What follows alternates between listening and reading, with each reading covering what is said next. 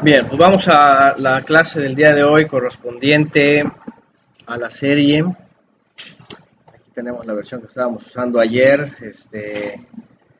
Vamos a Sefer Yohanan, al libro de Juan, o bueno, al menos que lleva la autoría de él, en el capítulo 11. Básicamente vamos viendo capítulo por capítulo, tratando de recordar las palabras de Yeshua, tratando de ir analizando lo que él enseña y sobre todo también este, el enfoque que él da de la Torá para nosotros, la esperanza, la promesa, el conocimiento del Todopoderoso. Ayer hablábamos también de eso. Finalmente sabemos que es un medio para poder llegar al Padre, para conocer al Padre, ¿no?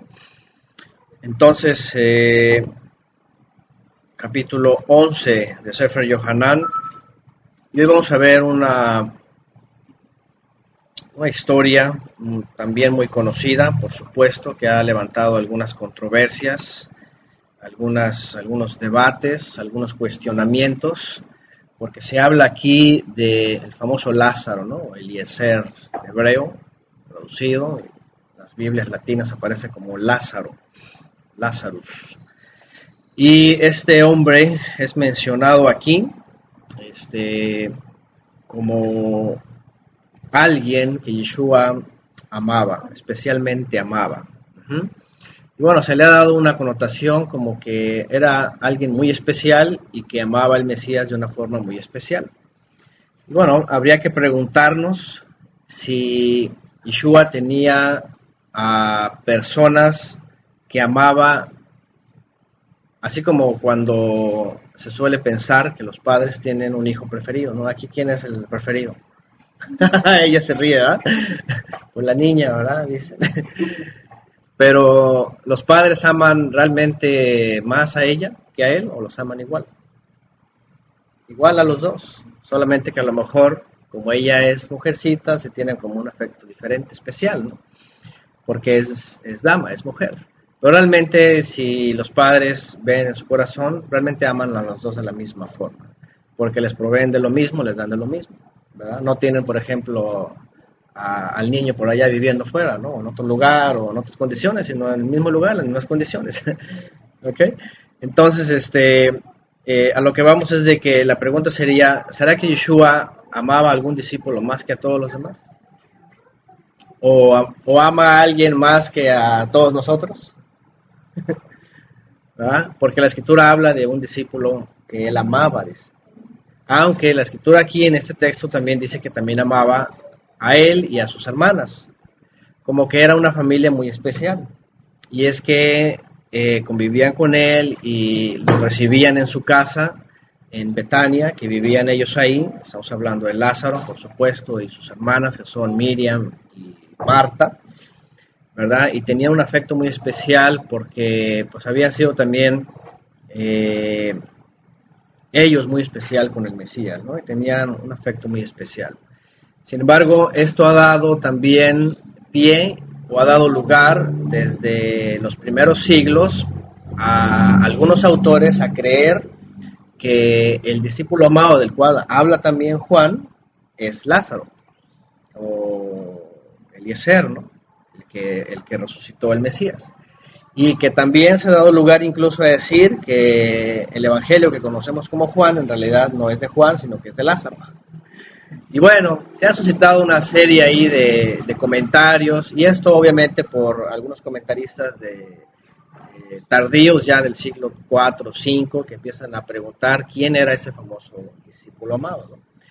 Bueno, la escritura no titubea en esto, realmente al final del Evangelio, el autor, y aunque también el mismo Evangelio tiene algunas expresiones un poco sospechosas en el sentido, y es que la mayoría dice que el autor, y que se ha atribuido a Juan, aunque algunos creen que no fue Juan, ¿verdad?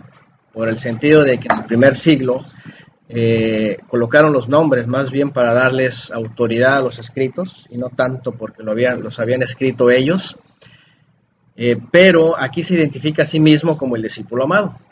¿verdad? Aquí se identifica a sí mismo como el discípulo amado. Y el texto incluso dice que era aquel que recostó su cabeza en el Mesías cuando estaban en la famosa cena de Pesaj, la última cena de Pesaj.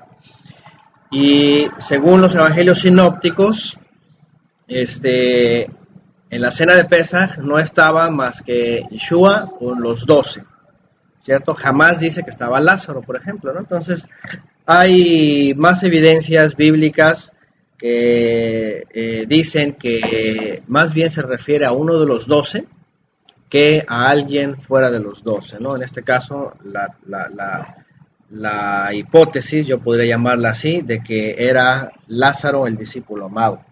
Ajá. Entonces, lo menciono pues porque si no se han enterado, en algún momento se van a enterar, ya sea en las redes sociales o en los documentos que andan por aquí y por allá. Y se los digo anticipadamente, como muchas cosas de pronto se las digo anticipadamente, porque luego me llegan personas a preguntar, hermano, ya sabía que esto y que lo otro, así como si es fuera, ¿cómo se dice? El hilo negro que acaban de descubrir, ¿no? A veces hablamos de tantas cosas en temas grabados anteriormente y que ya han sido tratados como debates siglos antes, ¿no? Por muchos estudiosos, ¿no?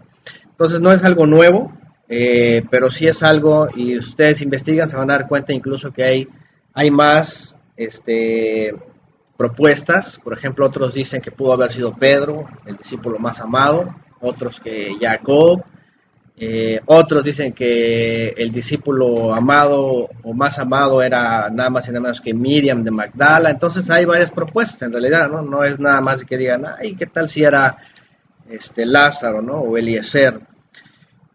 Pero el punto pues es de aquí se le menciona como alguien que Yeshua amaba. Pero a lo que voy es de que no quiere decir eso necesariamente que sea aquel que se menciona como que el discípulo amado. Y bueno, hay otras alusiones, por ejemplo, en los evangelios, en el libro de los Hechos, que hacen alusión pues a que Juan o Yohanan era aquel que incluso al final de Juan también Pedro se le acerca y le habla respecto a ese discípulo, que incluso Yeshua dice que si él quiere, dice, puede quedar hasta el fin, ¿no? ¿Se acuerdan ese versículo, verdad? En donde un grupo dentro del cristianismo creyó que no iba a morir nunca, que iba a quedar, incluso hay una secta dentro del cristianismo, gnóstico de los siglos segundo y tercero, que creían que Juan no había muerto y que pasaba de siglo en siglo oculto entre los discípulos. Ajá. Y que hasta la fecha vive, ¿no? Así como si fuera una especie de inmortal, ¿no? Pero bueno, obviamente también, como les decía, los textos extra bíblicos que no entraron dentro del canon, se solían meter ese tipo de fábulas, ¿no? Pero Yeshua no se estaba refiriendo a eso. Algunos creen que se refería que era el discípulo que iba a llegar hasta el fin del tiempo de todos los discípulos, es decir, y según la tradición, la historia, en el primer siglo, es el discípulo que vivió más, ¿no? O que vivió más que todos los demás y que quedó, según algunos creen, hasta el año 95, llegó su muerte. Cuando el resto de los discípulos murieron anticipadamente, perseguidos, colgados en los maderos, lanzados de los muros, etcétera, etcétera. Entonces, bueno, eso respecto al famoso Lázaro, ¿no? Que en el capítulo 11 se menciona. Y vamos directamente entonces al capítulo 11 y vamos a ver también las palabras de Yeshua que menciona aquí respecto a el propósito de él, de Lázaro. Ahora también vamos a entrar en un tema también que ha sido controversial sobre Lázaro, ¿verdad? Ahorita lo vamos a ver. Dice Juan 11:1, cierto varón llamado Lázaro o Eliezer de la aldea de Betania, casa de dátiles, hermano de Miriam y de Marta, yacía enfermo, dice que estaba enfermo. Esta Miriam fue la que ungió los pies de Yeshua con perfume y los secó con su cabello, y tenía a su hermano Lázaro enfermo. Ya hemos hablado también de este texto, aunque esto se menciona más adelante, el escritor posteriormente haciendo el relato, porque dijimos que no está haciendo un relato cronológico, ¿se acuerdan? Dijimos que no está tan cronológico, que incluso Juan comienza rápidamente hablando de la última cena, del último Pesaj, ¿no? Lo vimos ¿qué? En el capítulo 2, ¿no?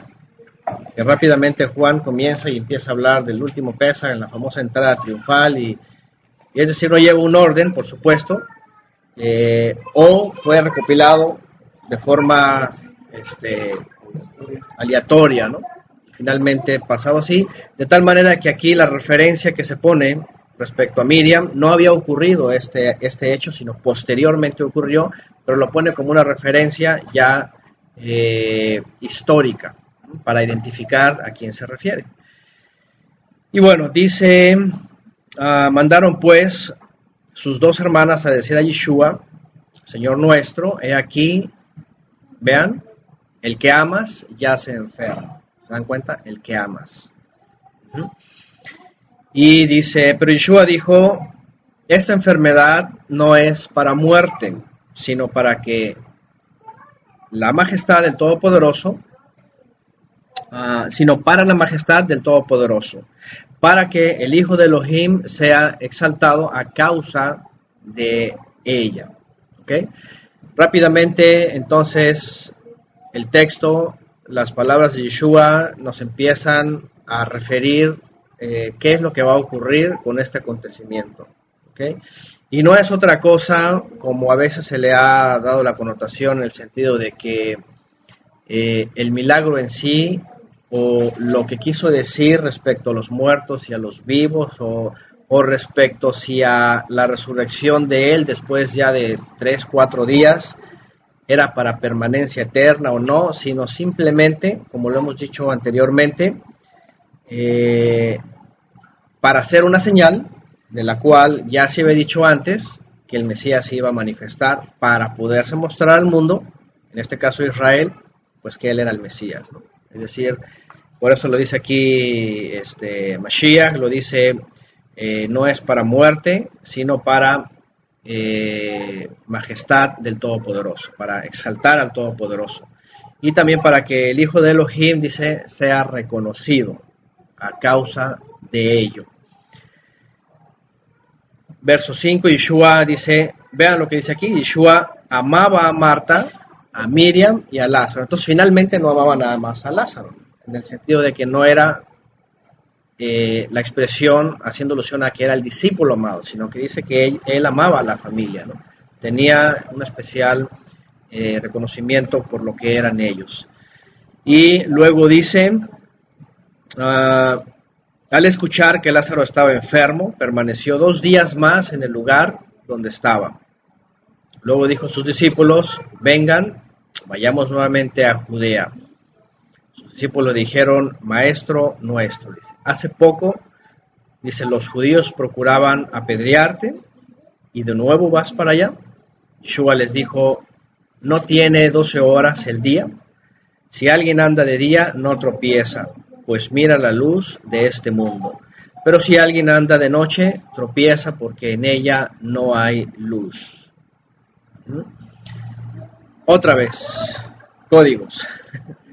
Códigos, ¿verdad? Cuando habla código, cuando habla el Mesías, habla en códigos. ¿Qué cosa quiere decir aquí? Ahora, yo he visto tantas cosas que hay unas personas que andan con el asunto de el Shabbat, si comienza en Erev, o si comienza en Mahar, en Shahar y todas esas cosas. Y ese es uno de sus textos bases, ¿no? Así como que el día nada más es cuando hay luz. Pero hemos mencionado que no siempre en el texto hebreo se traduce, por ejemplo, cuando dice el día, aquí no está hablando de un yom, ¿verdad? Porque en el contexto hebreo encontramos varias palabras, ¿verdad? Para referirse al tiempo. Ajá. En el caso de yom, que se traduce como día, puede ser más de un día, o puede ser el tiempo de noche, o puede ser el tiempo de la claridad del sol. ¿Aquí qué se está refiriendo al Mesías? Obviamente se está refiriendo a la parte cuando comienza Ajá, shahar. Ajá, cuando empieza shahar y hay or en todo un lapso de tiempo. Es decir, cuando comienza la mañana a esclarecer el día y comienza la obra. Yeshua hace una alusión profética simplemente. Él dice que él cuando se manifiesta al mundo, entonces es de día, no tinieblas, porque si él es la luz de este mundo, la luz de los hombres, cuando él se manifiesta el Mesías, se manifiesta la luz. Y entonces el tiempo del hombre que estaba en tinieblas, en oscuridad, sin luz, se hace de día, se hace manifiesto, ¿no? Pero a la vez hace una alusión literal también, ¿no? ¿Qué quiere decir? Que hay suficiente tiempo para la obra que él fue enviado a hacer a este mundo y hay suficiente tiempo para ese mismo día, literalmente, en donde él podía manifestarse, ¿no? Entonces, no necesariamente está hablando de que el día se cuenta nada más con la luz, sino que estaba haciendo alusión al tiempo en donde pues básicamente él llevaba a cabo su ministerio, ¿no? Aunque no siempre lo hacía de día, ¿cierto? Había ocasiones que de noche actuaba, ¿no? Y no había ningún problema. No tiene 12 horas el día, dice, si alguien anda de día no tropieza, pues mira la luz de este mundo. Pero si alguien anda de noche tropieza, porque en ella, dice, no hay luz. Dice en el 11, cuando Yeshua hubo dicho estas cosas, enseguida les dijo, nuestro amigo Lázaro duerme, pero voy a despertarlo. Duerme, pero voy a despertarlo. Tomás, dice, llamado el gemelo, dijo a sus discípulos, también vayamos nosotros para que muramos juntamente con él. ¿Qué significa eso? Para que muramos. Regresando un poquito, cuando anda en el día, yo creo que les está dando a entender que el tiempo que el Eterno le había destinado para hacer su obra representa la luz del día. ¿Mm? Y el versículo anterior que dice que eso era manifiesto para la gloria del Eterno. Entonces les está diciendo, si yo ando en la luz del Padre, no se preocupe, yo estoy protegido por Él. Mírenme, yo soy la luz de este mundo. Entonces, ellos en su ignorancia creen que no está protegido por el Padre y creen que va como oveja al matadero en ese momento, porque no entendían todo el tiempo profético que se iba a desarrollar en la vida del Mesías. La alusión profética, ¿no? Entonces dicen, bueno, pues nos morimos con Él, ¿no? Que al final de cuentas es lo que nosotros hacemos, tenemos que morir espiritualmente con Él. Y además porque estaban pensando, también lo refiere aquí, ¿para qué vas allá si te quieren matar? Sí. Bueno, vas ahí, pues bueno, morimos todos con Él. Sí, quiere decir, se llegó el fin. No se preocupen, yo soy la luz del mundo, estoy en la luz del Padre, no me va a pasar nada. El que anda en la luz no tropieza, porque Él andaba en la luz del Eterno, cumpliendo su obra. Y anda con seguridad, anda persuadido de lo que el Padre quiere. El que anda en la luz, pues nada como eso, anda con seguridad, ¿no? Sí, anda hecho, con seguridad. Cuando va a morir algo, dice, las tinieblas ya se acercan. Para sí. entender que el día ya iba a morir. Sí, porque ya su obra estaba cumplida, él ya iba a ser, y entonces ya venía la época de Satanás y las tinieblas realmente, ¿no? Claro. Entonces, una vez más, ciertamente cuando Yeshua empieza a hablar de esta forma, empieza a hablar en este lenguaje y en este código, habría que ponerle más atención, ¿verdad? Ellos simplemente dijeron, pues bueno, pues vamos y murámonos todos, ¿verdad? Porque te quieren matar a ti, pues nos van a matar a todos, a todos. Pero entonces él estaba hablando de que mientras andaba él en la voluntad del Padre y él es la luz, él podía ir sin ningún problema y hacer la obra. ¿Para qué? Para que el Eterno fuera exaltado y el Mesías fuera reconocido otra vez, como los profetas decían, que tenía que manifestar esas obras para ser reconocido por los hombres, ¿no? Y bueno, ya habíamos hablado de señales como cuáles: hacer ver a los ciegos, hacer oír a los sordos, hacer caminar a los que estaban paralíticos, sanar a enfermos, echar fuera demonios, liberarlos, hasta llegar a este punto, ¿verdad?, de resucitar muertos. Esta era la señal que finalmente iba a causar más impacto. De hecho, no se sabe tanto de Lázaro después de esto.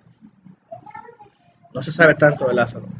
porque se cree, incluso se dice en la escritura, que una vez que él fue resucitado y se incorporó, los líderes religiosos querían matarlo. ¿Por qué? Porque lo que se dedicó a hacer él es dar testimonio de cómo había sido reincorporado a la vida después de estar muerto. Entonces, la tradición dice que él tuvo que huir, tanto que hay 3 posturas a dónde se fue, pero nadie sabe dónde se fue realmente. La mayoría cree que se fue a Chipre y fue allá un lugar como de escondite y ahí fue como un líder, ¿no? Como un dirigente de la congregación en Chipre. Eso es lo que la mayoría cree, ¿no? Porque dentro de Jerusalén no podía permanecer en Judea porque después de este acontecimiento lo querían matar. Tiene que huir según lo que se sabe, ¿no? Pero bueno, porque él daba testimonio de esto, ¿no? Y es que esto llegó a ser el colmo para las autoridades religiosas, porque después de esto, imagínense, con testigos, ¿verdad? Un muerto de 4 días, que dice que ya olía, dice, ya hedía, dice, y sale de su lugar, pues era una cosa que ya no se podía tolerar, ¿no? Obviamente por el testimonio. Bueno, y después de que dicen el 11, Lázaro duerme, voy a despertarlo. Yeshua está hablando su lenguaje otra vez, la gente dice es que ya está muerto, y él dice no, es que duerme, y es que es la misma palabra que se usa en todo el Tanaj, y por eso en el Brit Hadashah también Shaul menciona la palabra dormir, ¿no? Los que duermen, o sea, no están muertos. Yeshua mismo dijo, Elohim no puede ser Elohim de muertos, sino de vivos, por eso dice Elohim de Abraham, Isaac y Jacob. ¿Cómo hacemos eso de los cristianos que dicen que el que muere en santidad se va al cielo? Entonces él ya andaba en el cielo allá bailando feliz y lo regresaron, ¿no? Aparte, ¿no? Cualquiera puede decir, no, pues, ¿para qué lo vuelves a traer acá si ya estaba en el paraíso, ¿no? Otra de las cosas que se mencionan en los dogmas, ¿no? Que el muerto, pues mientras estaba en el Señor, dice, pues, se va al cielo, ¿no? Pero no, duerme, y aquí hablamos de eso que se conoce como el Sheol, ¿no? Un lugar de espera, en donde se espera finalmente el día de la resurrección final, ¿no? Bueno, dice, entonces le dijeron sus discípulos, verso 12, si duerme, se va a recuperar. Pero Yeshua decía esto para referirse a la muerte de Lázaro, y ellos pensaban que les hablaba del dormir en la cama. Ahí está, otra vez. Pensamiento terrenal. Bueno, está dormido, ¿no? Pues vamos a despertarlo, ¿no? 14. Entonces Yeshua les dijo abiertamente les dijo, Lázaro ha muerto. Lázaro ha muerto. Y me gozo por causa de ustedes de no haber estado presente para que crean. Pero ahora vamos para allá. Tomás, llamado el gemelo, dijo a sus discípulos, también vayamos nosotros para que muramos juntamente con él. Ahí nos habíamos quedado. Llegó pues Yeshua a Betania, entró y encontró que ya hacía 4 días que Lázaro estaba en el sepulcro. 4 días. Qué interesante, ¿no? 4 días. Pero tradicionalmente se creía que el tercer día todavía había esperanza. De hecho, saben, la ciencia médica y también la tradición, y hasta el día de hoy, suele haber personas que llegan a morir, ¿verdad? Pasan 2-3 días y se levantan. Lo que se conoce como no una muerte médica, ¿no? Necesariamente, ¿no? Entonces ha habido este tipo de hecho recientemente ha habido gente así que suele despertar después de que se le da oficialmente el diagnóstico de haber muerto, ¿no? Dice por acá, catatonia se llama esto. Estado catatónico. Hay un actor mexicano, ¿no? Que se le cuenta su historia, ¿no? Que después de exhumarlo se dieron cuenta que cuando lo sepultaron despertó y encontraron el féretro ahí todo rasgado porque creyeron que no estaba muerto y finalmente, hoy día algunas, aquí al menos en México es obligatorio velar al muerto por lo menos un día, ¿no? Para asegurarse de que ya de plano no se va a levantar.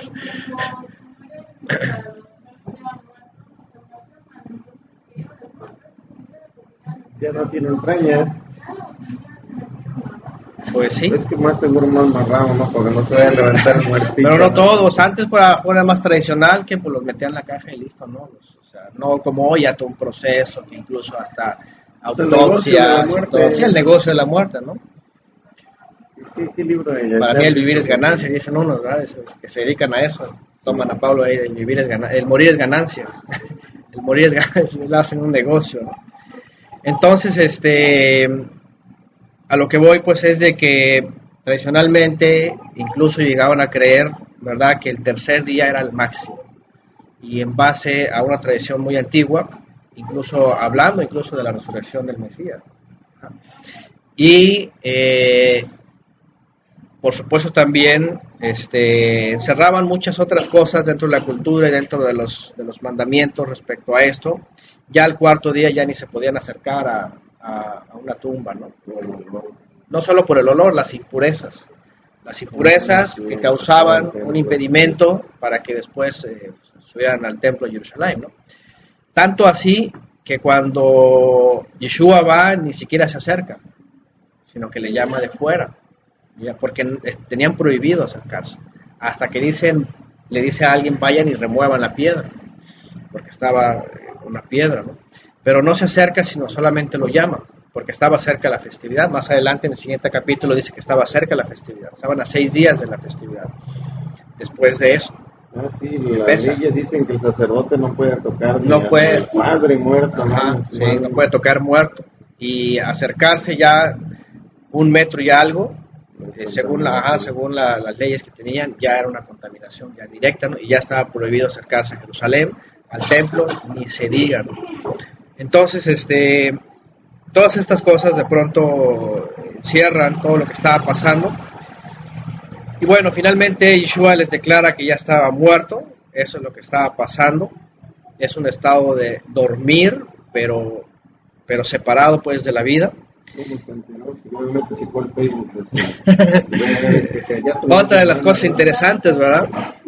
Otra de las cosas interesantes que él estaba discerniendo finalmente el propósito de esa muerte, cómo el Padre iba a actuar, él tenía la seguridad. Bueno, él estaba discerniendo que todo eso finalmente iba a ser un impacto para la vida de Israel y de sus discípulos, para darles testimonios de ellos, a ellos, de lo que estaba pasando.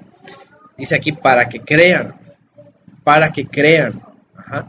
Pero sí, definitivamente, Yeshua sabía que iba a morir, ¿cierto?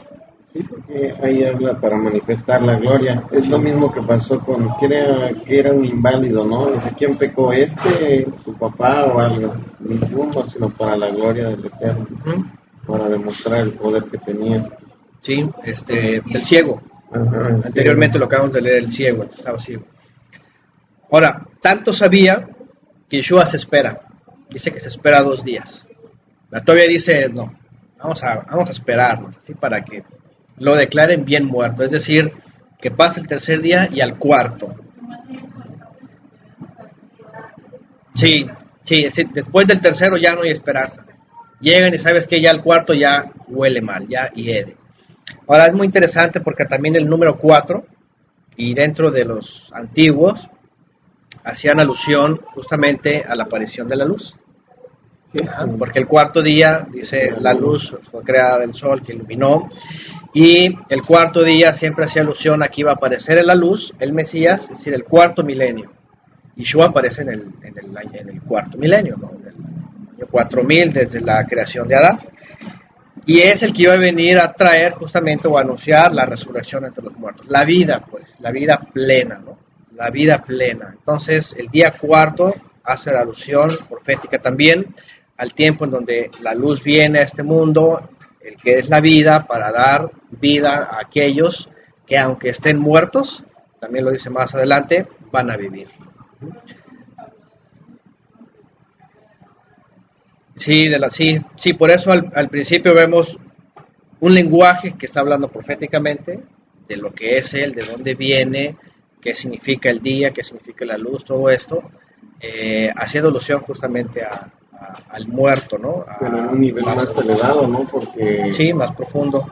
O sea, cuando al principio lo primero que se crea es la luz, y es una luz espiritual, por así decirlo, y luego viene la luz física, donde nosotros nos movemos. El hombre natural no entiende la vida espiritual. Entonces ya cuando él habla de la luz, habla de la luz espiritual, digo yo así lo entiendo, porque la luz física ellos estaban allá y físicamente estaba el sol. Sí. Pero cuando él se manifiesta es una luz espiritual poderosa. Sí, por eso en la creación es una figura. Es una figura. Y cuando él aparece, la figura se hace realidad, en la realidad eterna, ¿no? El sol ahí está, qué bueno, ¿no? Siempre, sí. Pero no estaba la verdadera luz. Así es. Bueno, ahora una de las preguntas, y aquí la están haciendo también, es sobre el asunto de la cremación, ¿verdad? Obviamente, en el contexto hebreo, bíblico, del pueblo de Israel, pues jamás cremaron a nadie, ¿no? Jamás lo llevaron a calcinarlo, ¿no? Y es que, nada más imagínense, ¿no? Si hubieran tomado a Lázaro, no, pues, ¿verdad? O al mismo Mesías, ¿no? Si lo hubieran llevado a la cremación, pues, ¿qué significa eso? Entonces, obviamente, por esperanza de la resurrección desde la época de Abraham, entonces, la sepultura, pues, siempre fue lo bíblico, ¿no? Actualmente, por el asunto del negocio, ¿verdad? Y los dineros, y hoy día los sistemas y todo esto, pues casi obligan a la gente, pues, a la cremación, ¿verdad? ¿Cuál es el libro de Yashar, el de, ¿no? Que llega una persona en Egipto que era muy pobre, ¿no? Y empieza a cobrarle a los muertos, ¿no? Y se hace millonario, ¿no? ¿Ah, sí? Sí, algo así, no sé si es de Yashar, no me acuerdo, ¿eh? No lo tengo bien presente. Se hizo millonario con el negocio de la muerte. Así es, y hasta el día de hoy, ¿no? Hasta el día de hoy. Ahora, siempre esas preguntas, por supuesto, salen en estos temas, aunque hay muchas cosas detrás del asunto también de tanto la sepultura como la cremación, porque no se puede confiar ni una ni otra, ni una de otra. El sistema, aquel que quiere ser sepultado, finalmente ya sabemos que esos lugares vuelven a ser como reciclados, ¿no? Al final de cuentas, después de algunos años, sacan los restos y los dejan habilitados para otros. De tal manera que esos restos, pues finalmente no van a donde deben de ir, ¿no? Finalmente los creman o no sé qué hacen, ¿no?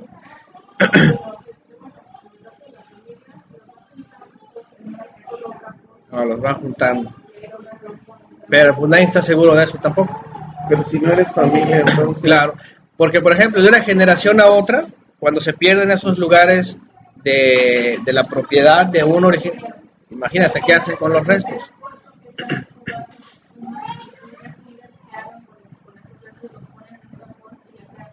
Sí. Pero ¿qué pasa, por ejemplo, la siguiente generación?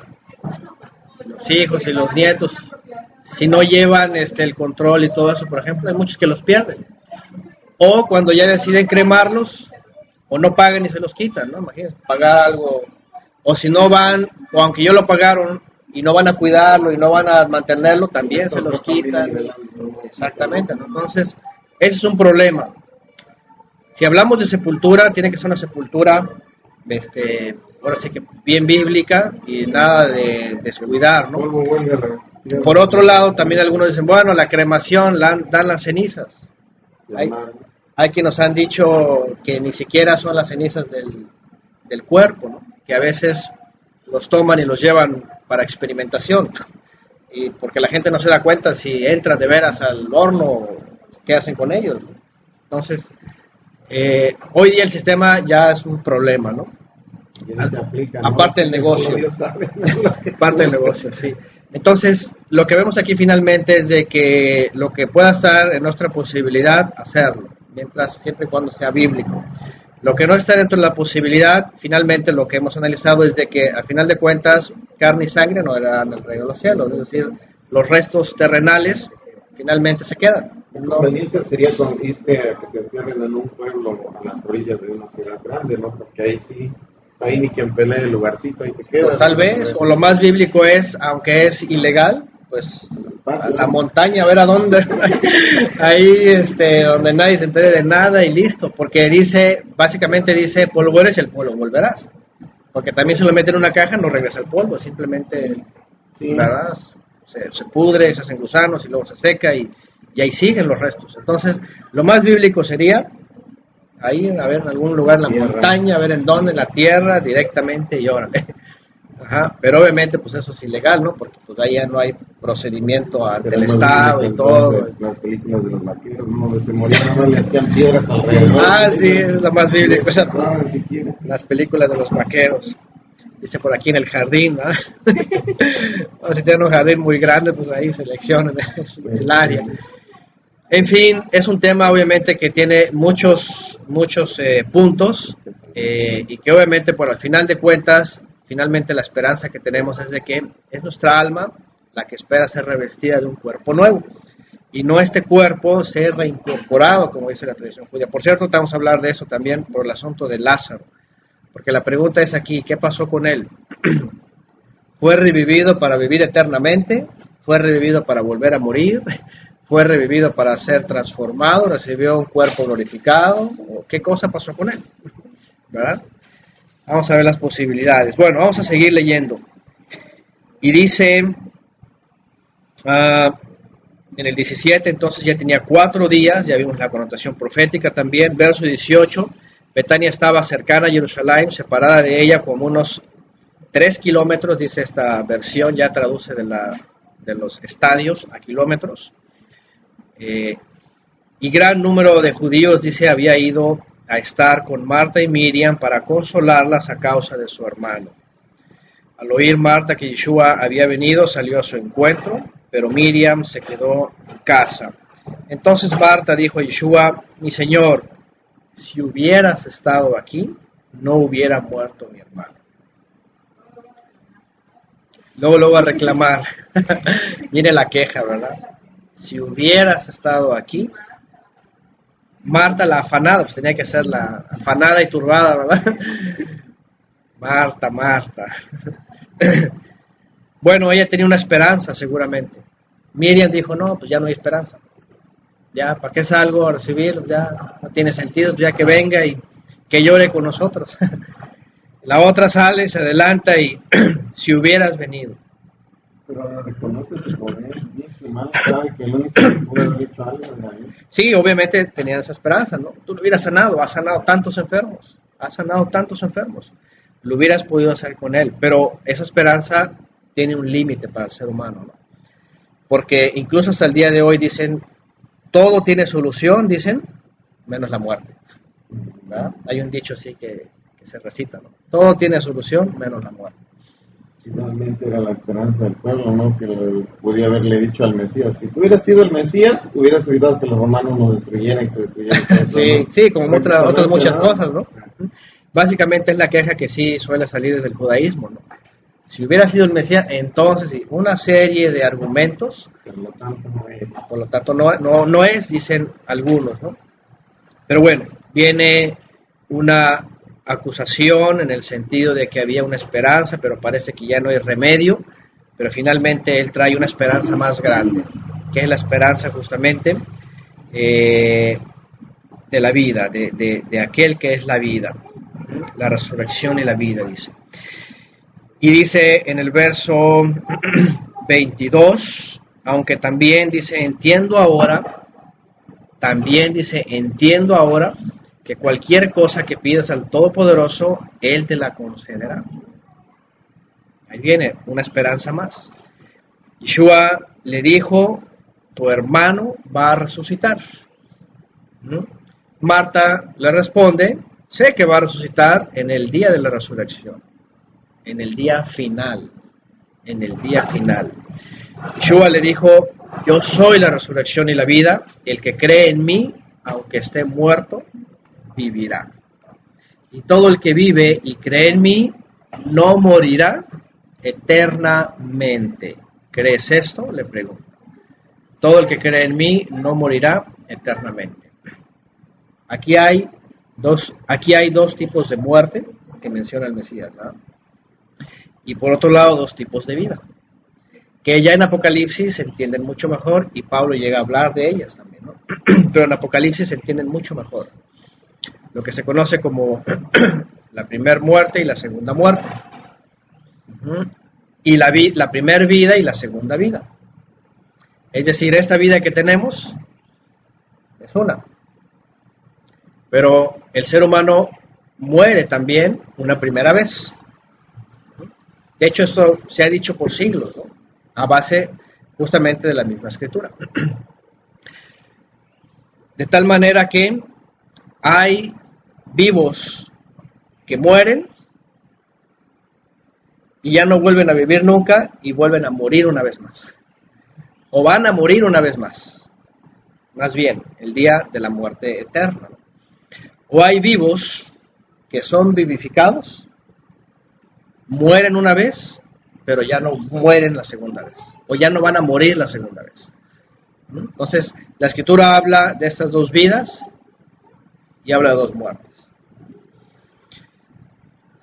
Y a eso se refiere ahorita el Mesías rápidamente, a esas dos cosas. Pero bueno, primero le dice: yo soy la resurrección y la vida. El que cree en mí, aunque muera, dice, va a vivir.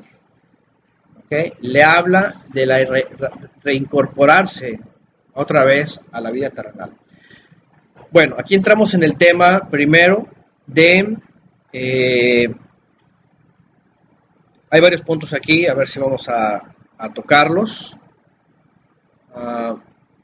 También están escribiendo aquí en el chat. Bueno, número 1. Definitivamente Lázaro, ahora sí que ya había muerto, ¿no?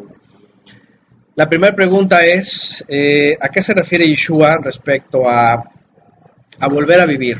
¿Verdad? Ella dice, ok, yo sé que Lázaro va a levantarse en el día de la resurrección. Tradicionalmente, ya desde el primer siglo, los fariseos habían llegado a la conclusión de que la resurrección de entre los muertos, de la cual se hablan los profetas, y la vivificación era que los restos en la tierra se iban a reincorporar a la vida cotidiana. De hecho, Maimónides y otros expositores de la Torá hacen puntual esta esperanza. En el primer siglo también se creía eso, de que los restos enterrados, y por eso no se cremaban, iban a reincorporarse una vez más a la vida cotidiana. De hecho, actualmente el judaísmo predica esto. Predica que cuando venga el Mesías, dicen ellos,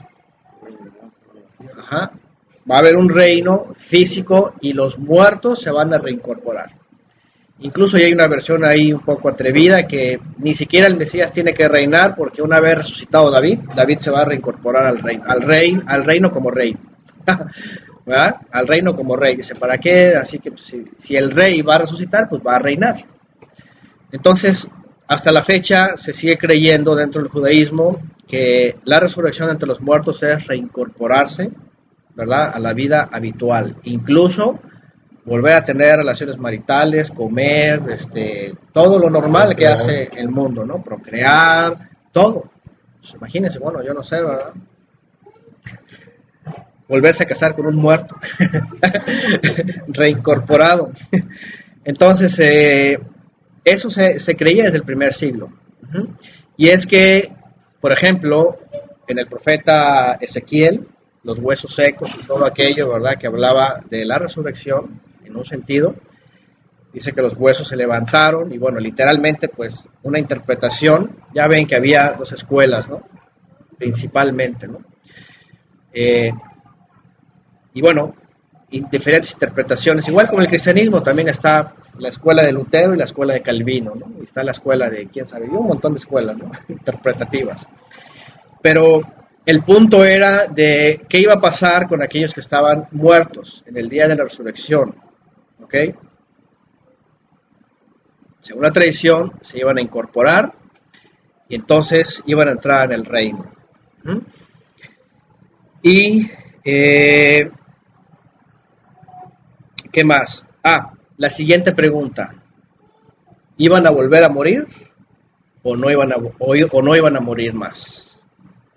¿Okay? Según la tradición, habían involucrado, lo que hasta el día de hoy también creen, que sí iba a haber muerte otra vez.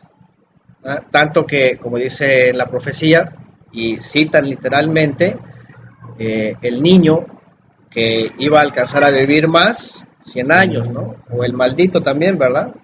También habla de muerte. Entonces para ellos no había ningún problema que reincorporándose podían morir una vez más, hablando literalmente, ¿no? de una resurrección. Y tomando a Ezequiel, pensaban que esto iba a ser así, los huesos se iban a levantar, entonces iba a incorporar la carne, el músculo, las venas, y podían vivir X tiempo, ¿no? El reinado. Muerto, ¿qué ocurriría? Ya nada. No, de hecho el judaísmo sí cree que una vez que pasa ese tiempo transitorio, temporal, en este caso milenio, le llaman ellos, sí viene eternidad. Ellos sí creen eso también. El punto más bien que divide en ese sentido es si ya vino el Mesías o no. Como para ellos no ha venido el Mesías, simplemente por la resurrección no ha ocurrido y va a ocurrir cuando venga y entonces va a venir ese tiempo milenial, pero también ellos creen que va a llegar un tope del reino terrenal y entonces viene la eternidad. Es decir, simplemente están desfasados 2000 años. Nada más. Sí.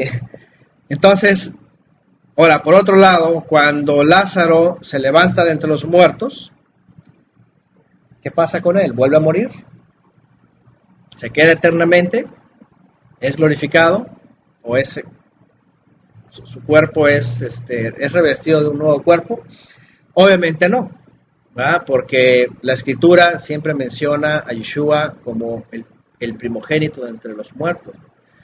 En el sentido de, no de que haya resucitado, porque, por ejemplo, en el Tanaj vemos también que los profetas llegaron a resucitar, ¿no? Incluso los huesos de Eliseo levantaron un soldado que cayó ahí tendido muerto. ¿Ah? Pero sus cuerpos fueron incorporados otra vez a un mundo material. No fueron revestidos. El que fue primeramente revestido fue Mashiach, cuando el Padre lo levanta entre los muertos y le da esa capacidad, aunque de permanecer en la tierra en físico, poder traspasar los cielos y subir a la diestra de él, ¿verdad? Fue el primero en el sentido de ser el cuerpo que recibió, ser exaltado, ¿no? En los cielos. De esta manera podemos entender que Lázaro se incorporó a la vida, haciendo una alusión literal primaria de que él es la resurrección y la vida, pero haciendo una alusión profética de que va a haber, como dijo Marta, el día de la resurrección final, para incorporarse todas las almas finalmente a una vida eterna. Entonces, Yeshua estaba hablando de estas dos expresiones: hacerlo volver a la vida para que esté incorporado en este estado, pero que si cree no va a volver, dice, a morir, dice, no morirá eternamente. Ahí entra ya el tema de la otra muerte, porque finalmente vemos en la Escritura, y ya Shaul de Tarso se extiende hablando de este tema, que todas las personas acá arriba, cuando les llega el fin, ¿verdad? En este cuerpo, dicen que pasan al Sheol y duermen. Están en un estado de espera, ¿no? Como le dice la teología, ¿no? Que si fue malo se va al infierno y si fue bueno se va al cielo, ¿no? Paraíso. No hay ningún texto que diga eso. La única mala interpretación por una coma, ¿verdad? Es aquel hombre que estaba colgado de un lado y dice, de cierto te digo que hoy estarás en el paraíso, pero por una coma. Sí, esos puntitos de esa versión no trae así. Pues ya cuando viene la coma, de hecho hay una versión que se llama versión restaurada, creo, algo así, de las Escrituras, y ahí ponen la coma en su lugar. Esta también se llama ¿También? De Yahweh Shambli Yeshua, así le llaman. Y ahí le ponen la coma de... Es donde debe de ser. De cierto te digo hoy, coma. Conmigo estarás. Conmigo estarás en el paraíso. Y esta versión sí lo trae. Muy bien. Entonces hay unas versiones que sí ponen la coma donde debe de ser y hay otras que no, y entonces viene el dogma de que en ese mismo día iba a estar en el paraíso, cuando todavía Yeshua ni siquiera ascendía, ¿verdad? ni siquiera descendía a las profundidades, ¿no? Está protejada con el texto griego de Nestlé, con la antigua versión Pechita y con las mejores traducciones modernas. Ahí está. Bueno, ahí está esa versión donde tratan de acomodar obviamente la coma donde debe de ir, ¿no? Entonces, bueno, a lo que voy pues es de que aquí entran estos temas, la vida, la resurrección, Lázaro que pasó, se incorporó a la vida. Es más, según la tradición, como dije hace rato, él tuvo que huir, tuvo que salir de Judea porque los fariseos lo perseguían para matarlo. Es decir, él no podía decir, ay, soy invencible, ¿verdad? Ya tengo cuerpo glorificado, nadie me puede matar. No, él también tuvo esa precaución y ese temor y dijo, vámonos. Ajá. Entonces, ¿cuánto tiempo vivió? No se sabe, simplemente se cree que se fue a Chipre. De hecho, ahí hay después el catolicismo puso una iglesia de San Lázaro y cosas de esas, la tradición también.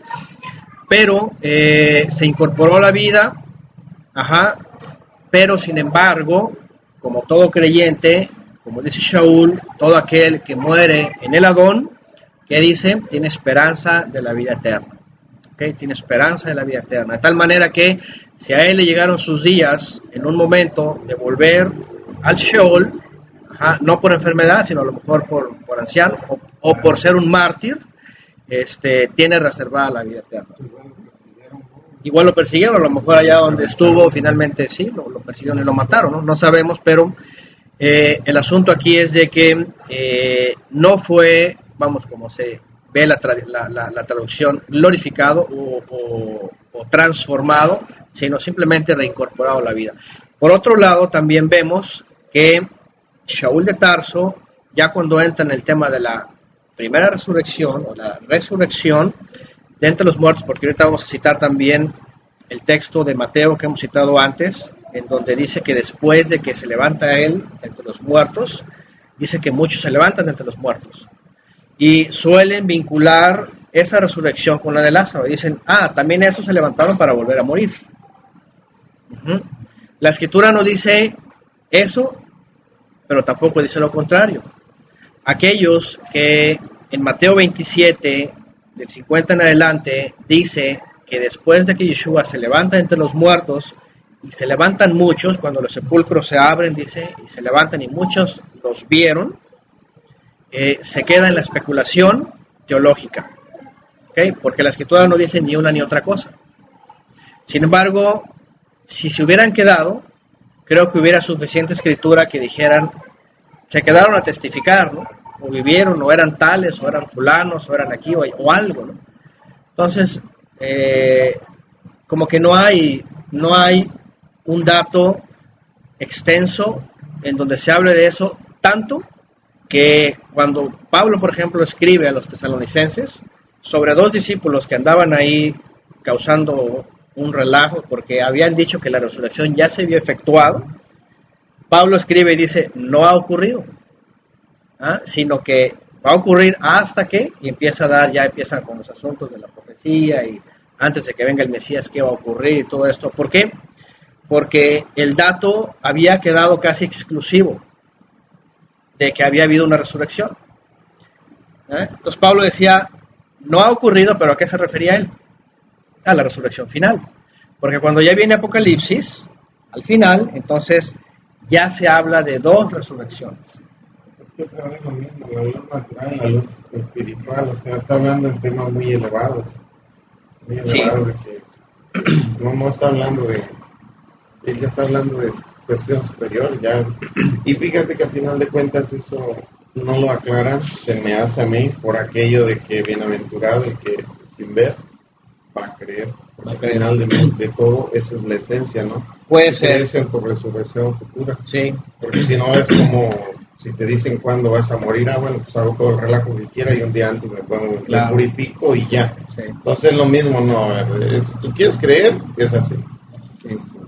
Eso se hizo, se manifestó el Mesías con esos milagros porque era necesario certificar que él era el autorizado por el Creador. Claro. Pero si quieres es perfecto. Así es, sí. Yo creo que a esa connotación le veo. Sí, yo creo que sí, y se reservó esa parte, ¿no? Se reservó para que aquel que creyera lo creyera con emuná, ¿no? Con certeza, fidelidad y tuviera esperanza. Entonces, a partir de ahí entra el tema en cuestión, la resurrección. ¿Qué es la resurrección? Por un lado, cuando Yeshua recibe los saduceos y le hablan, a ver, Un hombre tiene una esposa y muere. Después viene el hermano y así dice, ¿cuántos son? 7. La pregunta es, en el día de la resurrección, ¿qué onda? ¿Con quién? ¿Verdad? ¿Con quién? Entonces ya Yeshua les da, ahora, ellos por incrédulos, ellos ya no creían en resurrección, simplemente decían, no, muerto el individuo, se acabó todo. Pero lo cuestionan porque pensaban ellos que creían como los fariseos. Porque ahí había, hasta en la época de Pablo, él sabía que había una confrontación. Y cuando se encontraba con esos dos grupos, les daba, ¿verdad?, por el lado a unos y se los ganaba y para que se librara de los otros, ¿no? Pero Yeshua también ya sabía esto. Sin embargo, cuando lo quieren llevar por el asunto de la resurrección y creen que él iba a responder respecto al judaísmo, se los lleva por otro lado.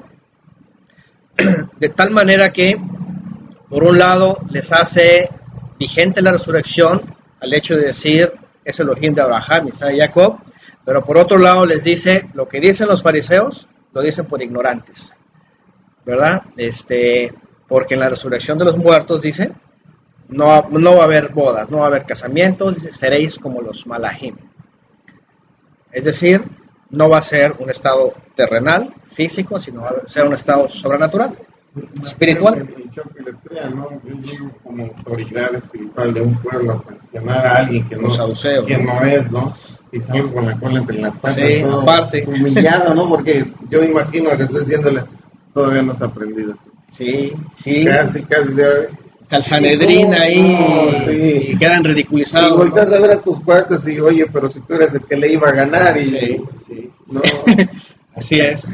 Entonces, Yeshua pone en manifiesto, hablando de esa experiencia que tiene con los saduceos, y vaya, los saduceos, ¿verdad?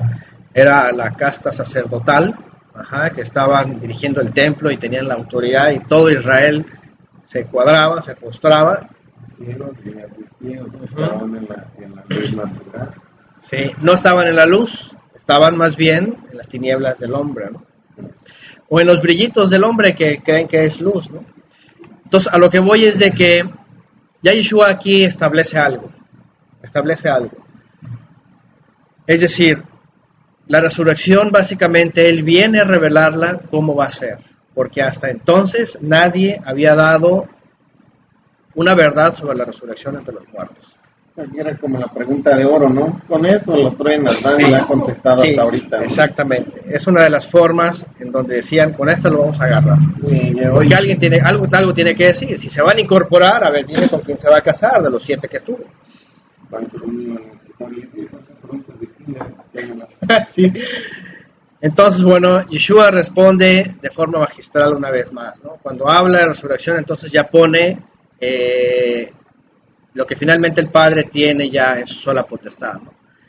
Y aquí ya habla entonces de que cuando vamos a ver a Lázaro, él se reincorpora a la vida terrenal, pero en realidad lo que Marta le está diciendo, yo sé que va a resucitar en el día final, porque hay 2 resurrecciones, la Escritura solamente habla de 2, entonces Yeshua ya reserva la última, o la segunda, o la final, como el momento ya de, como se conoce literalmente, de la glorificación del cuerpo, o más bien del alma, ¿no? En un nuevo cuerpo, ¿no?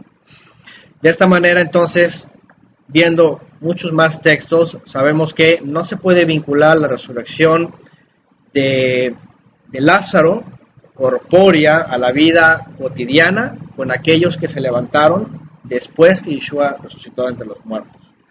Que ya lo entendimos bien en la festividad de las primicias, y lo vamos a completar en Shavuot. Una de las cosas que dijimos recientemente es de que las festividades de Bikurim nos explican exactamente, ¿verdad? Y nos dan detalle desde 1300 años antes lo que iba a venir a significar Bikurim, o el día de las primicias, ¿no? De la cebada. Y son aquellos que se levantan con Mashiach. Son aquellos que se levantan con él y él los entrega como siendo el ministro, y los mece como hacía el ministro en el templo. Tomaba un homer, lo llevaba y lo mecía delante del santuario, ¿no? Entonces Yeshua se levanta como gran ministro, primero de entre los muertos, y entonces muestra una primicia, ¿no? Y esos que vieron finalmente solamente queda como testimonio en el primer año, yo supongo, porque como hablamos hace rato, lo más interesante es de que Pablo no sabía este dato. Y cuando vienen aquellos discípulos que posiblemente fueron oculares, testigos oculares, y estaban diciendo la resurrección ya ocurrió, aunque no supieron expresar a cuál se refería, que eran las primicias, Pablo viene y dice no ha ocurrido. ¿Por qué dice? Porque pues no ha ocurrido y seguimos aquí y nadie ha sido glorificado, ¿no? Y ya después, por eso cuando viene Apocalipsis se entiende, ok, está hablando de dos resurrecciones. Y la que ya ha ocurrido es la que comienza con las primicias y la que se está efectuando en la tierra. Aquella que ya Pablo habla en donde dice, fuimos resucitados con él. Es decir, nosotros estamos en una vida terrenal, corpórea, pero al ser de él hemos sido resucitados, vivificados para él, de tal manera que si muere nuestro cuerpo y nuestra alma la retiene en Sheol, la muerte segunda no nos va a afectar. No nos va a afectar. Aquí es donde entendemos que el que es vivificado en el Mesías y permanece fiel hasta que va a reposar, a descansar, el día que el Mesías venga, le va a dar vida eterna, ¿no? O ya tiene reservada la vida eterna. Y aquel que no es vivificado con el Mesías y ya murió la muerte física, cuando venga el Mesías va a morir la muerte eterna. Y por eso aquí, regresando al texto, dice en el 11:26, todo el que vive, ¿y qué dice? Y cree en mí, no morirá la muerte eterna. No morirá la muerte eterna. Es importante esta expresión que dice la muerte eterna, porque si se malentiende, cualquiera puede decir, pues no morirá para siempre, ¿no? Pero todo creyente, como lo vemos del primer siglo, sufre la muerte temporal, la muerte del Sheol, ¿no? Y el que cree en mí en su consabido contexto.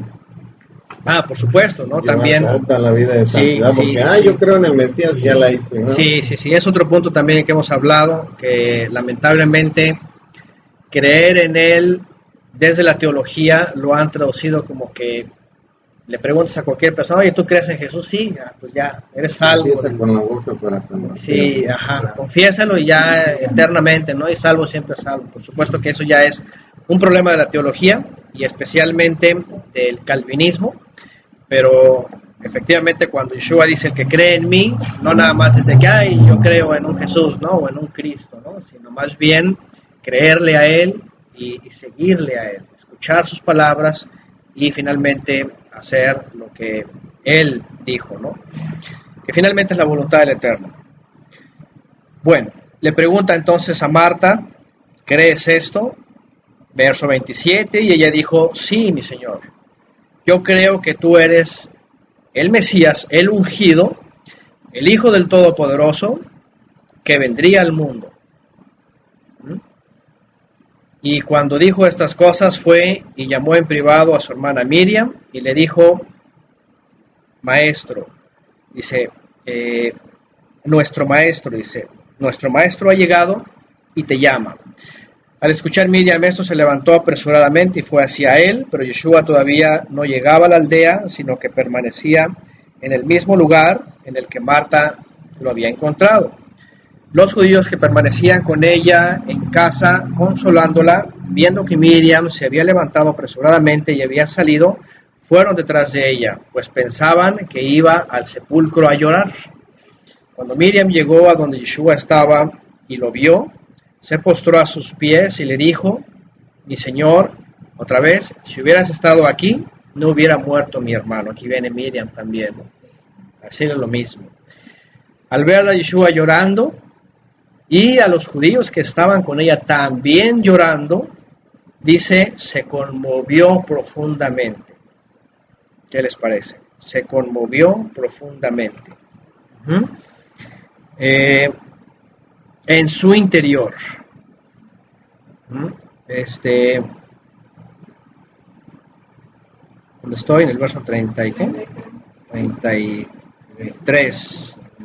Ahí está, profundamente conmovido en su ruaj y estremecida su alma, dice aquí. Vean las expresiones que se usan para denotar, ¿verdad?, sentimientos pues, humanos, ¿no? Humanos, qué interesante porque si él sabía que estaba muerto y él sabía que podía llegar con la autorización del Padre y decir Lázaro sal, y iba a salir vivo, lo interesante es de que es contagiado por el dolor que tienen las hermanas y tienen los amigos de Lázaro, conmovidos, llorando. A tal grado, ¿verdad? A tal grado que también Yeshua llora. En el texto aparecen estas dos palabras, ¿no? Lo que se le conoce como el versículo más cortito de la Biblia, ¿no? Las lágrimas corrieron. En el texto original dice que las lágrimas cayeron. Lo traducen como entonces Yeshua lloró. Porque en el 34 dice, dijo él, ¿dónde lo colocaron? Le dijeron, ven y ven. Y entonces él llora, ¿no? Y bueno, siempre el cuestionamiento es este, ¿verdad? ¿Por qué él llora? ¿Por qué él llora? ¿Por qué él es contagiado por los mismos sentimientos que rodean a todos ellos, ¿no? Él pudo haber llegado muy sereno, ¿no? Y decir, se les acabó la esperanza, ¿verdad? Pobrecitos, ¿no? Así como que... Pues es que dice que Juan estaba puesta a las mismas tentaciones que nosotros, ¿no? Estaba experimentando, así es, los mismos aspectos terrenales, ¿no? Como ser humano, ¿no? Dolor, sufrimiento, sobre todo se suele decir el efecto que el pecado causa, ¿no? En separarnos de los nuestros y ahora sí que como dice el dicho popular, todo tiene solución menos la muerte. Entonces cuando llegan a ese estado, de hecho, no sé quién le ha tocado, pero hay personas, y bueno, algunos creen que las personas que lloran más cuando un familiar se les va, es porque no tuvieron, ¿cómo se dice? La convivencia, la reconciliación, ¿verdad? El perdón, todo eso. Y llega el momento en donde ya no se puede hacer más y se desbaratan, ¿verdad? Y lloran. Era lo que yo creía que sucedía con el contexto que hablábamos hace rato de Jesús, que dice, y lo amaba mucho. Yo creo que ama a todos, pero con quien convivía más, con que tiene unos momentos así de que lo disfruta realmente. Entonces la gente que ve eso dice, es que lo ama mucho. Claro que los ama igual, pero como permanecen más tiempo unidos, claro, eso humanamente nosotros lo entendemos como lo amaba, en su favorito, por así decirlo, cuando en realidad ama a todos, ¿no? Ama a todos, sí. Entonces aquí la escritura nos muestra, como dicen por aquí, sí, no solamente, no necesariamente un cargo de culpa, dicen aquí, un cargo de culpa. Mucha gente se lamenta y llora porque dice, pude haber hecho algo más, ¿no? O antes de que se fuera, ¿no? Sí, y el otro que vivió con él, lo disfrutó, estuvieron juntos, bueno, ya en vida ya lo disfruté, ya se fue, pues ya. Sí. Está tranquilo, ¿no? Porque lo que dices de cargo de conciencia. Así es, sí. Pero por otro lado, sí las escrituras vemos siempre un lamento por los seres queridos también, ¿verdad? Es decir, no es cargo de culpa o de conciencia, ¿no? Realmente, ¿se acuerdan? Desde que muere Abraham, dice que sus hijos, ¿cómo se llama? Le hacen luto. Cuando muere Jacob, dice que hasta todo Egipto le hace luto, y los hijos de Israel a 70 días lo lloran. Entonces vemos en la escritura que realmente el contexto de la separación, ¿verdad?, de aquel ser querido, impacta, por supuesto, en la vida de él. ¿Qué pasaría si llegáramos a pensar por aquello que dice, de tal manera amó Dios al mundo que ha dado a su Hijo unigénito? En realidad el Mesías puede estar llorando por el amor que el Padre tiene por esos humanos, y está llorando de gozo de ver de que también los está amando, les está dando su poder, la libertad de decidir para seguir con él. Sí, puede ser también. Existe esa posibilidad, ¿no? Que sea ya, porque dice esto es para gloria del Eterno. Claro. Y el Mesías, al ver la gloria del Eterno que se está manifestando, puede estar llorando de gozo. Puede ser, podría ser, digo. Sí, pues digo, aunque aquí parece que es más bien dolor, contagiado con los demás, ¿no? Con el dolor de los que están llorando, ¿no?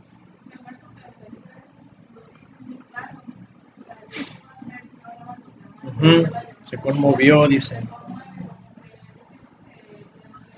Verlos como ellos sufrían, no tanto que a lo mejor les sufren, sino ver cómo el ser humano sufre, pues eso pareciera que fue lo que Sí, sí.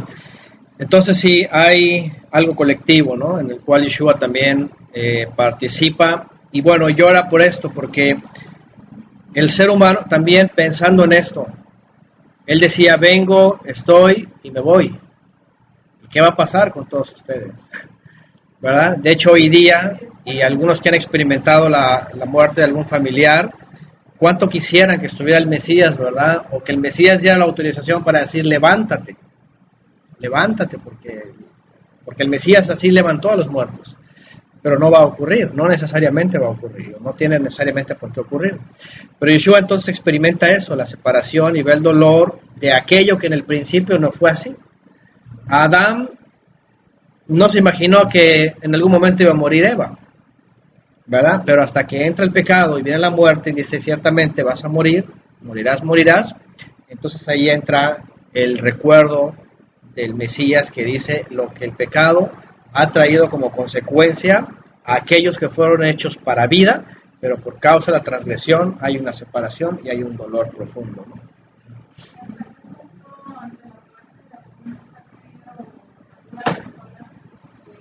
Sabe cuando está dentro de la voluntad del Eterno el orar porque esa persona resucitase.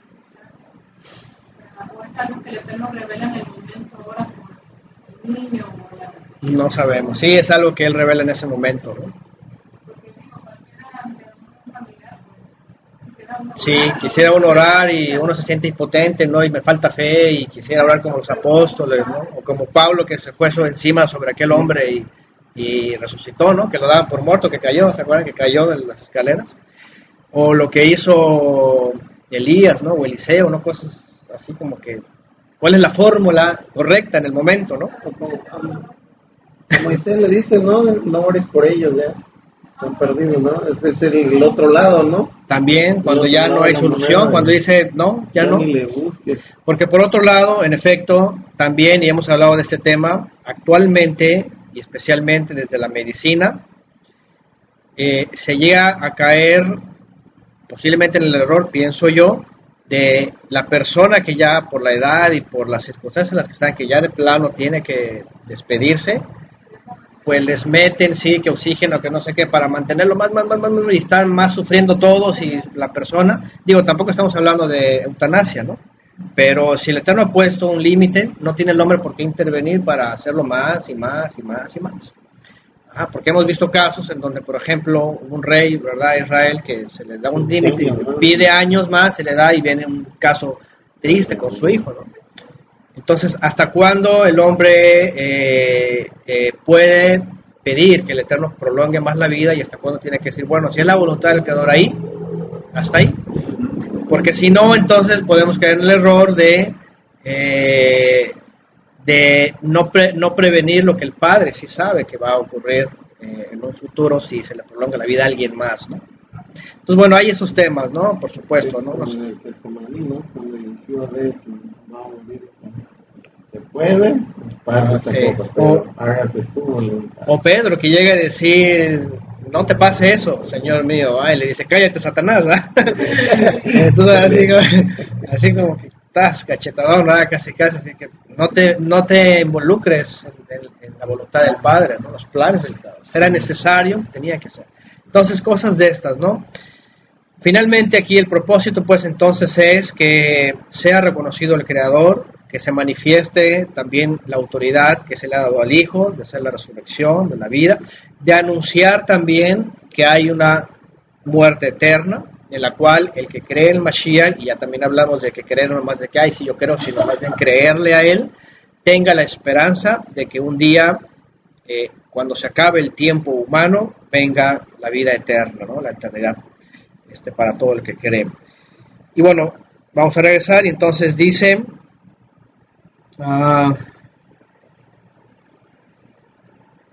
donde me quedé, en el 36, los judíos decían, miren cuánto lo amaba. 37, pero algunos de ellos dijeron, ahí vienen las excusas, ¿no? Otra vez, que abrió los ojos a aquel ciego, ¿no podía haber evitado también que muriera Lázaro?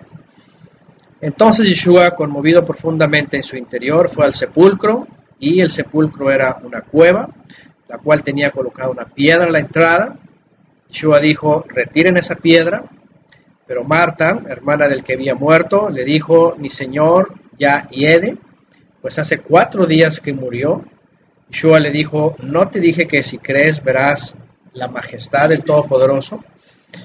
Una vez retirada la piedra, Yeshua levantó sus ojos a lo alto, vean, al Padre, y dijo, te agradezco, Padre, otra vez, no es un monólogo, ¿verdad?, de abajo que se sube y luego baja para estar hablando con él mismo. Es simplemente se dirige al Todopoderoso que habita en los cielos, en Shamaim, y dice, te agradezco, Padre, por haberme escuchado. Yo sé que siempre me escuchas, pero te digo estas cosas a causa de esta multitud que está aquí, para que crean que tú me has enviado. Y otra vez. Sí, efectivamente la conmoción, pero también le dan gracias a Dios. Sí, sí, agradece que ha sido escuchado, que obviamente la solución está en Él, ¿verdad? Que el Padre lo ha enviado, ha sido enviado con este propósito, y además para dar testimonio, finalmente va a completar su obra de testimonio, pues haciendo este milagro, ¿no? Dice que después de que dijo eso, gritó con voz fuerte, ven fuera. No sé cómo dicen sus versiones. ¿Ah? Lázaro, sal fuera. Pero igual gritó con fuerte voz. ¿Ok? Y dice en el 44, y el que había estado muerto salió con sus manos y sus pies atados con vendas y su rostro envuelto con un sudario. Yeshua le dijo, desátenlo y déjenlo ir. Ahí está. A gran voz, tiene que llamar con fuerte voz, ¿verdad? Porque no se trataba de alguien que estaba postrado en una roca, sino alguien que había sido llevado al Sheol, y entonces el Mashiach lo tiene que sacar de ahí para que se incorpore a su cuerpo. Dice en el 45, al ver lo que Yeshua había hecho, muchos de los judíos que habían venido con Miriam, ¿qué dice? Creyeron en él. Bueno, ya era obvio, ¿no? O sea, ya de plano así como que espera 4 días y lo saca de ahí y lo vuelve a la vida, pues ya obvio, ¿no? Sin embargo, dice en el 46, pero algunos de ellos fueron a los fariseos y les contaron todo lo que había hecho el Mesías. Entonces se reunieron los principales ministros y los perushim y decían, ¿qué vamos a hacer? Porque este hombre realiza muchas señales, hasta ellos mismos lo dicen, ¿verdad? Este hombre realiza muchas señales. ¿Qué es lo que vamos a hacer? En vez de que digan, oye, este hombre hace muchas señales, este es el Mesías que estábamos esperando. Ese del cual habría hablado Moisés, es del cual hablan los profetas. Ya sabemos que había ahí una confabulación de plano ya de gente que no estaba en los intereses del Creador, sino en sus propios intereses, con Roma y su prestigio y su business, sus negocios y sus intereses, etc. Y lo que querían es deshacerse de Mashiach. Dice en el 48, si lo dejamos va a continuar así. Todos van a creer en él. ¿Y qué dice? Vean su preocupación. Y los romanos van a venir y nos van a quitar nuestra posición. Ahí está. Y nuestro pueblo.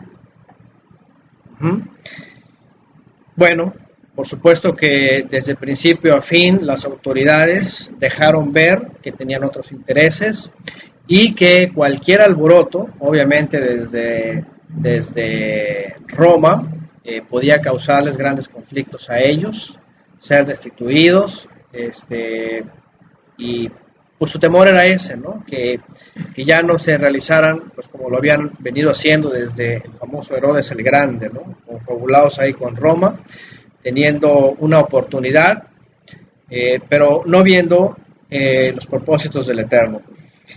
Y entonces aquí viene una intervención interesante que hemos mencionado antes, ¿no? Respecto al ministro, dice, ¿dónde estamos? Verso 49. Dice, pero uno de ellos, llamado Caifás, que en ese año era el Cohen Hagadol, el gran ministro, o el sumo sacerdote, les dijo: ustedes no entienden nada, como si él entendiera todo, ¿no?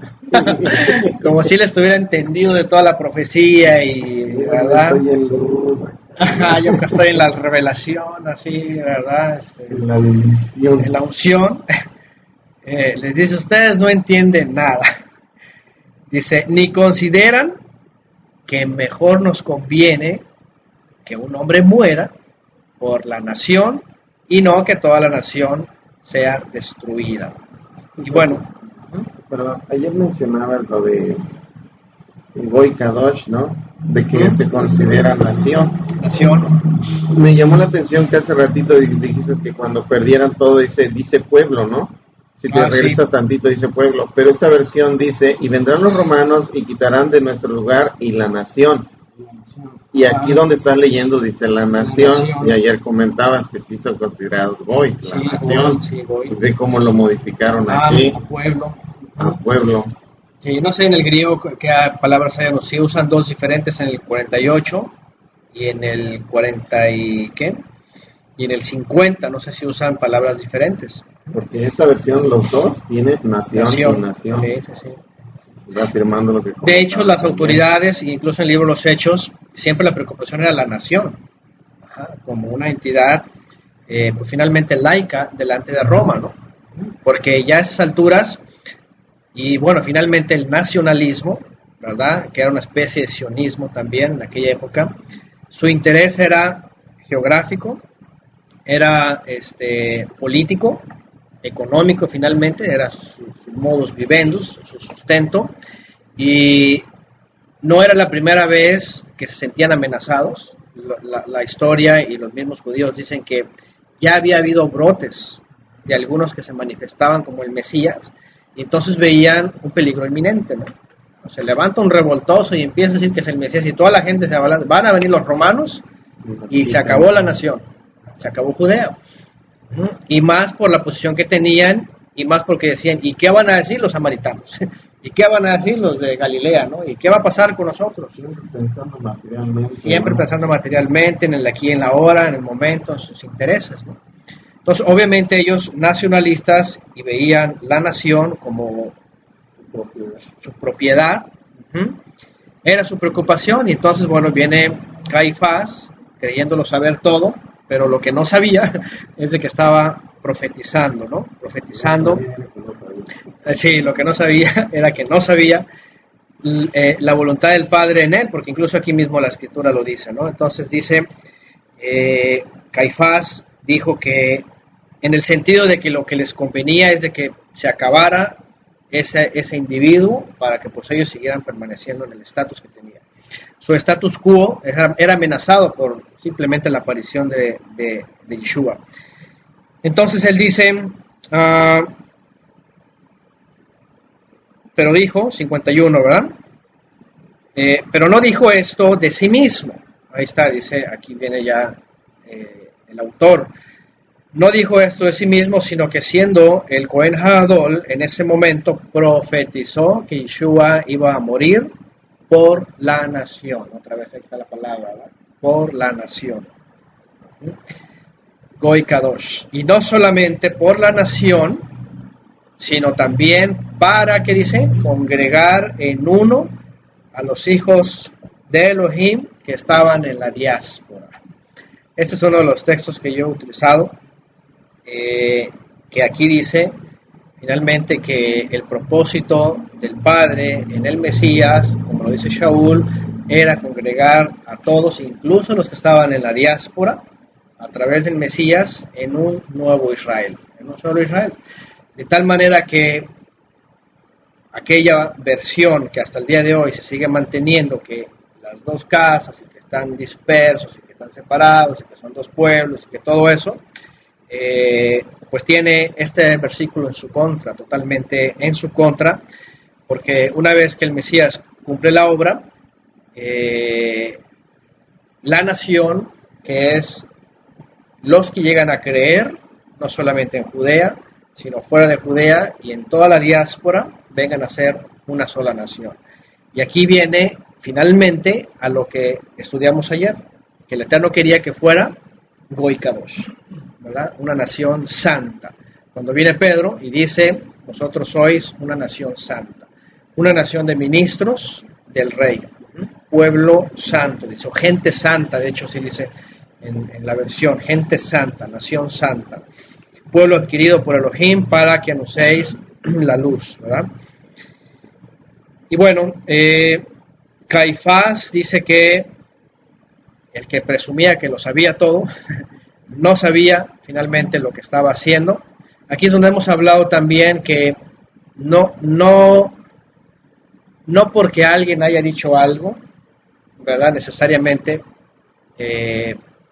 digo porque me han preguntado algunas personas sobre, y tal persona fulana de tal lugar me profetizó algo, ¿no? Y ocurrió en mi vida. ¿Era profeta verdadero o no era profeta verdadero? ¿Verdad? Y aquí vemos algunos ejemplos como este, ¿no? No necesariamente porque haya emitido una profecía quiere decir que sea profeta, sino el Eterno puede usar hasta la persona menos indicada para decir una profecía, pero eso no quiere decir que sea un profeta, ni tampoco quiere decir que esté redimido, ¿no?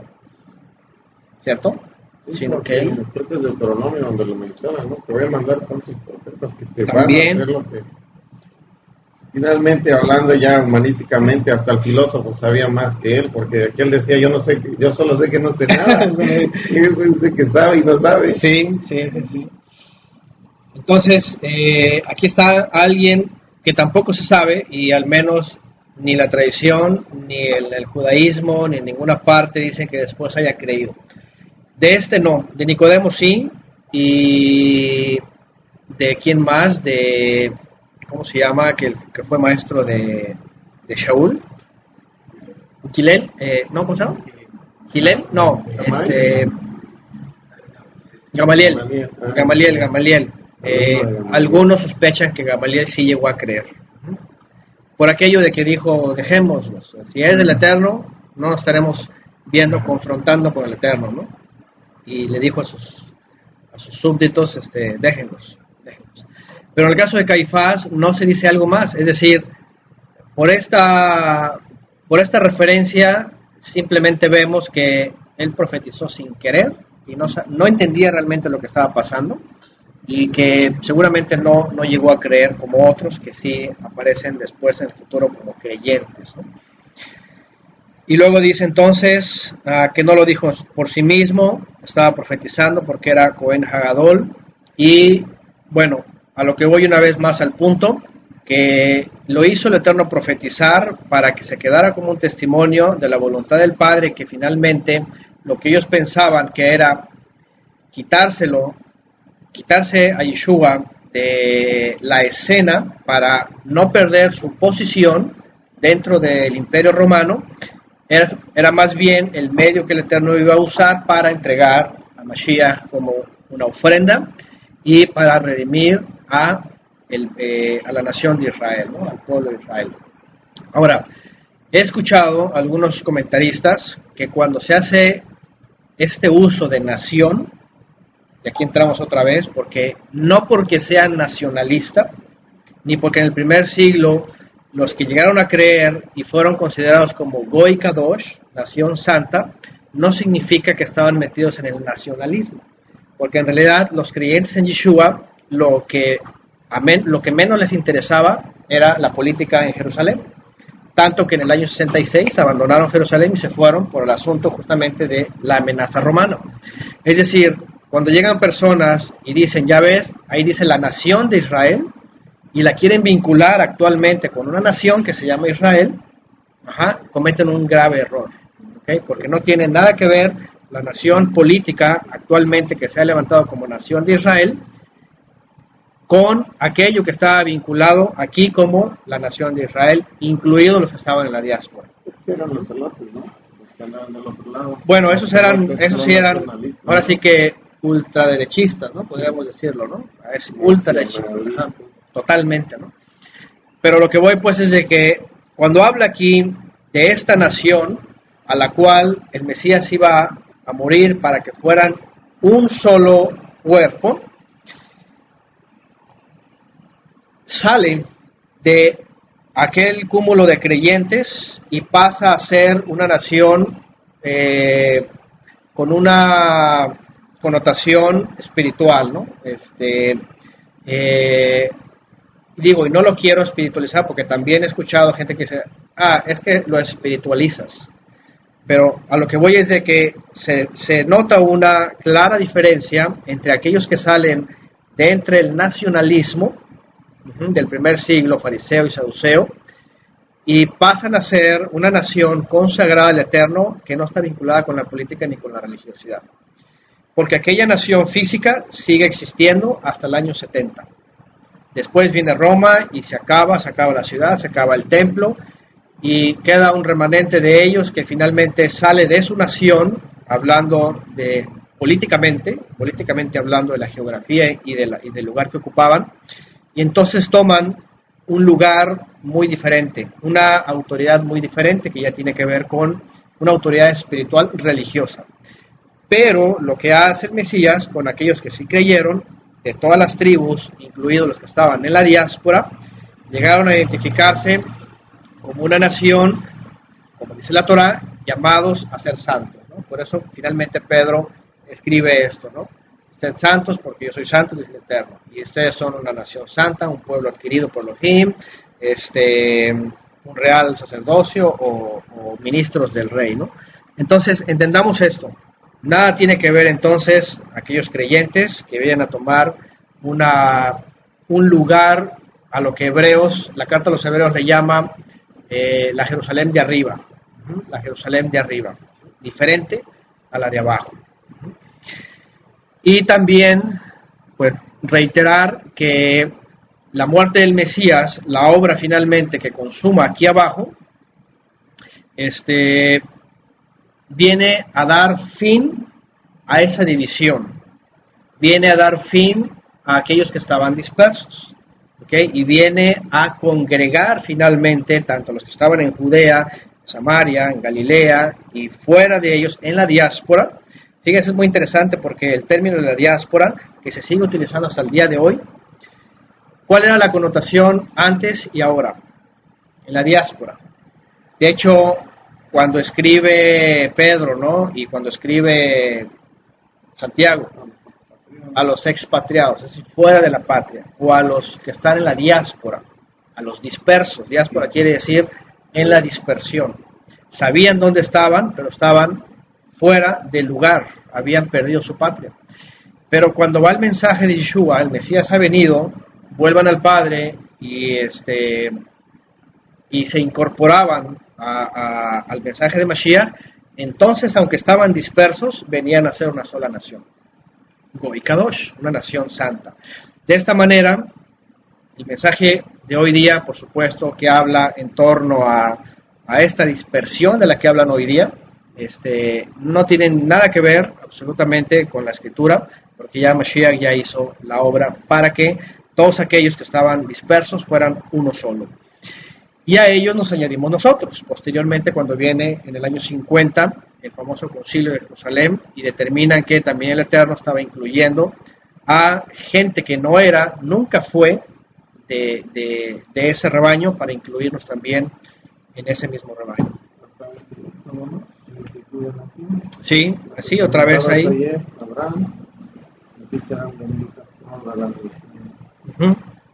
Sí, la promesa hecha a Abraham y todas las familias de la tierra. En la historia y lo vuelve a confirmar otra vez en la historia del Creador y así ven. Sí, y estos 2000 años por eso se les llama también así, ¿no? La edad de las naciones, ¿no? Bueno, finalmente vamos a lo último. Dice en el verso 53, desde aquel día conspiraban para darle muerte. A causa de esto, Yeshua ya no andaba públicamente entre los judíos, dentro de Judea, pues, sino que se marchó de allí a un lugar cercano al desierto, a una ciudad amurallada llamada Efraín, donde permaneció con sus discípulos. Se suele hacer también aquí una señalización, ¿verdad? Interesante, porque sale de Judea y se va a Efraín, ¿verdad? Como diciendo, dentro de Judea, el liderazgo y todos aquellos que, como dice también la Escritura, vino para ser recibido de ellos y ellos no le recibieron. Entonces él se ocupa ahí de la diáspora que estaba identificado desde tiempos históricos con Efraín, ¿verdad? Efraín, el Israel que estaba disperso.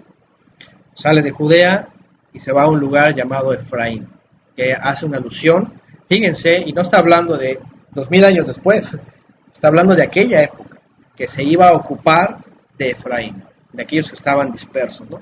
Justo lo acaba de decir Caifás, que iba a ser de los que estaban dispersos un solo cuerpo, en un sentido pues alegórico. Y dice que permaneció ahí con sus discípulos. Verso 55, y estaba próxima Pesaj, vean, aquí dice, estaba próximo a celebrarse Pesaj, y previo a la fiesta subieron muchos de las aldeas a Jerusalén para hacer tevilot, hacer la purificación. Entonces buscaban a Yeshua, y mientras estaban en el Bet, en la casa, en el templo, se preguntaban unos a otros, ¿qué les parece? ¿No vendrá a la fiesta? Y los principales ministros y los fariseos habían ordenado que si alguno sabía dónde estaba, lo informaran a ellos para prenderlo. Aquí llegó el momento, por supuesto, ya culminante para la profecía, para el tiempo del servicio del Mashiach, y el complot ya estaba creciendo, y el Eterno estaba permitiendo, por supuesto, esto finalmente para que ellos mismos fueran aquellos que tomaran a Mashiach y lo llevaran pues a la muerte, porque ya más adelante ya el escritor se enfoca básicamente al tiempo en donde va a ser Mashiach entregado, ¿no? como una ofrenda.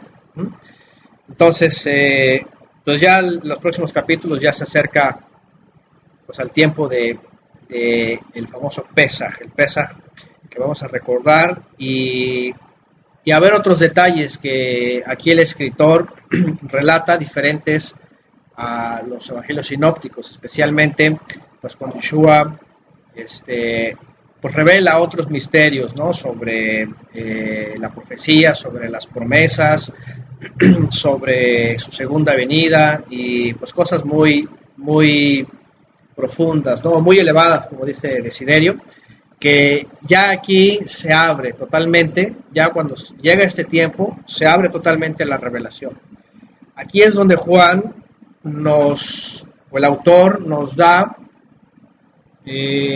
¿cómo podríamos decir? Nos da esa información que los otros escritores no perciben y él sí percibe. Aquí podemos entender por qué en este caso Juan sí pudo haber sido el discípulo amado, en el sentido de que posiblemente tuvo acceso a otro tipo de información más profundo, ¿no? Además de que, como se sabía que era levita, ¿verdad? Al menos las fuentes que vemos en la escritura nos indica que él pudo haber sido de la tribu de Leví, o ministro incluso, tenía una percepción, por supuesto, diferente a los tres sinópticos, ¿no? Una percepción diferente. ¿Por qué? Porque empieza a percibir que el lenguaje del Mesías no era aquel que se tenía que ir guiando por las letras nada más, sino por lo profundo que hablaba, o por la elevación que hablaba de las cosas celestiales, ¿no? Entonces más adelante vamos a ver todavía lo más impactante que Mashiach enseña y queda registrado en este libro. Por ahora, por aquí nos quedamos.